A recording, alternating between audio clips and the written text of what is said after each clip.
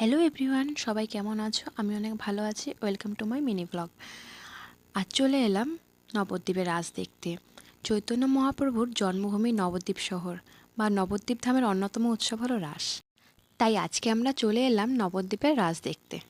নবদ্বীপের এই রাসযাত্রা খুব প্রাচীন। হিন্দু ধর্মের বিভিন্ন দেবদেবী পূজিত হন নবদ্বীপের এই রাসে। আর এই রাসে ঠাকুরের নানান রকমের প্রতিমা দেখতে পাওয়া যায়। কোনো প্যান্ডেলে কালী ঠাকুরের প্রতিমা, কোনো প্যান্ডেলে দুর্গা ঠাকুরের প্রতিমা, কোনো প্যান্ডেলের কৃষ্ণের অষ্টসখী। যেমন এই যে প্যান্ডেলটা আমরা গেছি, এখানের প্যান্ডেলটা খুব সুন্দর করেছিল। আর এখানে ঠাকুরের মূর্তিটা ছিল শ্রীকৃষ্ণের অষ্টসখী, এখানে প্রতিমাটা করেছিল। আর এই প্যান্ডেলটাও অনেক সুন্দর করেছিল।